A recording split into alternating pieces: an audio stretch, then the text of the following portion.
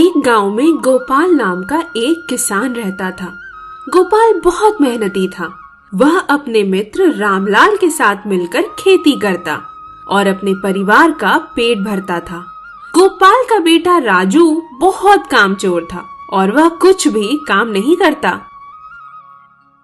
अरे ओ भाग्यवान, मैं खेत में काम करने जा रहा हूँ, आने में थोड़ी देरी हो जाएगी।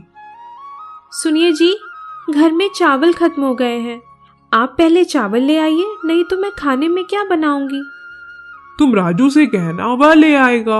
वैसे भी पूरे दिन सोता ही रहता है, कुछ काम नहीं करता है। ठीक है, मैं चलता हूँ, देरी हो रही है। इतना कहकर गोपाल खेत के लिए निकल जाता है। अरे राजू, तुम अभी तक सो रहे हो? 9 बज गए हैं, तुम्हारे पिताजी काम पर चले गए हैं। अरे माँ, सोने दो ना, क्यों तंग कर रही हो? तुम जाओ, सोने दो मुझे। अरे देखो तो जरा इसे, कितना कामचोर और आलसी है, कुछ काम नहीं करता है। जाओ जाकर चावल लेकर आओ, तुम्हारे पिताजी बोल कर गए हैं। राजू बिना कुछ बोले वापस सो जाता है। यह देख रजनी दुखी होकर चली जाती है। उधर गोपाल और रामलाल खेत में काम कर बात कर रहे होते हैं। मित्र, अब की बार हमारी फसल अच्छी नहीं हुई, हमें कम पैदावार मिलेगी। हाँ गोपाल, लेकिन कोई बात नहीं, अब की बार हम ज्यादा मेहनत करेंगे और अगली बार खूब पैदावार होगी। उसके बाद शाम होने के कारण गोपाल अपने घर आ जाता है और रजनी को उदास देख पूछता है, क्या हुआ भाग्यवान, क्यों उदास बैठी हो? क्या बताऊं जी, राजू दिन भर कुछ काम नहीं करता, सोता रहता है और ना आज चावल लेकर आया। यह सुन गोपाल और रजनी राजू को समझाने लगते हैं।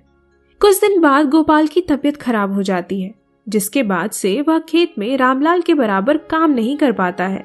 कुछ दिन ऐसे ही बीतते जाते हैं और एक दिन रामलाल गोपाल से कहता है, देखो गोपाल, तुम मेरे से कम मेहनत करते हो, मैं तुमसे ज्यादा मेहनत करता हूँ, इसीलिए धान का तुमसे ज्यादा हिस्सा मुझे मिलना चाहिए। तुम सही कह रहे हो मित्र, लेकिन तुम चिंता मत करो, अब मेरा बेटा तुम्हारे साथ काम करेगा। राजू बेटा, मेरी तबीयत खराब रहने लगी है, तो तुम खेत में काम करोगे, जिससे हम अपना पेट भर सके। नहीं नहीं, मैं कुछ नहीं करने वाला। आप लोग कुछ भी कर लो, लेकिन मैं मेहनत करके नहीं कमाऊंगा। देखो राजू, तुझे इस घर में रहना है तो काम तो करना ही पड़ेगा। ठीक है, अगर ऐसी बात है तो मुझे नहीं रहना यहाँ, इससे अच्छा तो मैं आश्रम में रह लूंगा। इतना कहकर राजू घर छोड़कर आश्रम में चला जाता है। गुरुदेव, आपके प्रवचन सुनकर मैं धन्य हो गया गुरुदेव। कौन हो तुम और तुम्हें क्या चाहिए? गुरुदेव, मेरे पिताजी ने मुझे घर से निकाल दिया।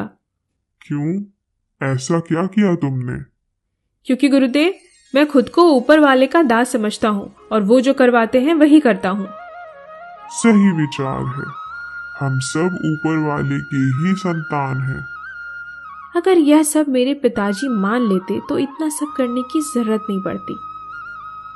गुरुदेव, आप अनुमति दे तो अब मैं अपना जीवन आश्रम में व्यतीत करना चाहता हूँ। ठीक है, तुम रह सकते हो। इसके बाद राजू आश्रम में रहना शुरू कर देता है, लेकिन कुछ समय बाद आश्रम में अशांति फैल गई, क्योंकि राजू अपना काम नहीं करता और सारे दिन खाता रहता था। यह क्या, तुम यहाँ पर खा रहे हो? तुम्हारा काम कौन करेगा? हाँ, ठीक है, मैं कर लूंगा, तुम जाओ अपना काम करो। यह सब सुन गुरुदेव वहां आ जाते हैं। क्या हुआ? तुम क्यों बहस कर रहे हो? देखिए ना गुरुदेव, यह सारे दिन खाता रहता है और कुछ काम नहीं करता है। नहीं गुरुदेव, आज मेरा मन नहीं था, तो मुझे लगा शायद भगवान की यही मर्जी है। सही कहा ना गुरुदेव? ठीक है, तुम बहुत चतुर हो, मेरी बात का अलग ही अर्थ निकाल लेते हो। रोज रोज सबको परेशान करते करते एक दिन उसके मन में विचार आया कि आश्रम में आया हुआ कितना धन है, अगर मैं इसे चुरा लूं तो मैं लखपति बन जाऊंगा और यहाँ से भाग जाऊंगा। ओहो, कितना सारा धन है यहाँ, यह किस काम का? अगर मैं यहाँ से निकल गया तो मैं लखपति बन जाऊंगा। गुरुदेव पुलिस के साथ में पहुंच जाते हैं। रुको राजू, तुम्हारे कर्मों का फल मिलने का समय आ गया है। क्या हुआ गुरुदेव? आप सभी यहाँ क्या हुआ? अभी तक तो कुछ नहीं हुआ, लेकिन अब होगा। तुम्हारी पोटली में क्या है? तुम ही यहाँ से चोरी करके भाग रहे थे।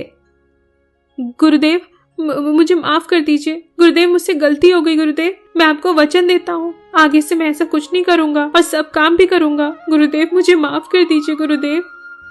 यह देख गुरुदेव उसे माफ कर देते हैं और राजू आश्रम का काम भी करने लगता है। लेकिन एक दिन वह बैठे बैठे सोचता है कि मुझे यहाँ भी काम करना पड़ रहा है। अगर माँ पिताजी के साथ रहकर खेत में काम करता तो मैं उनका भी ध्यान रख पाता। यह सोच उसे अपनी गलती का एहसास होता है और वह गुरुदेव को सब बताता है। ठीक है राजू, तुम अपने घर वापस चले जाओ। गुरुदेव, आपका बहुत बहुत धन्यवाद गुरुदेव। पिताजी, मुझे माफ कर दीजिए, मुझे मेरी गलती का एहसास हो गया है। ठीक है राजू, कोई बात नहीं। इसके बाद तीनों साथ साथ रहने लगते हैं और राजू काम भी करने लगता है और तीनों लोग अपना जीवन खुशी से व्यतीत करने लगते हैं। दोस्तों, मेहनत के बिना हमें कुछ नहीं मिलता और कभी भी हमें अपने माता पिता का साथ नहीं छोड़ना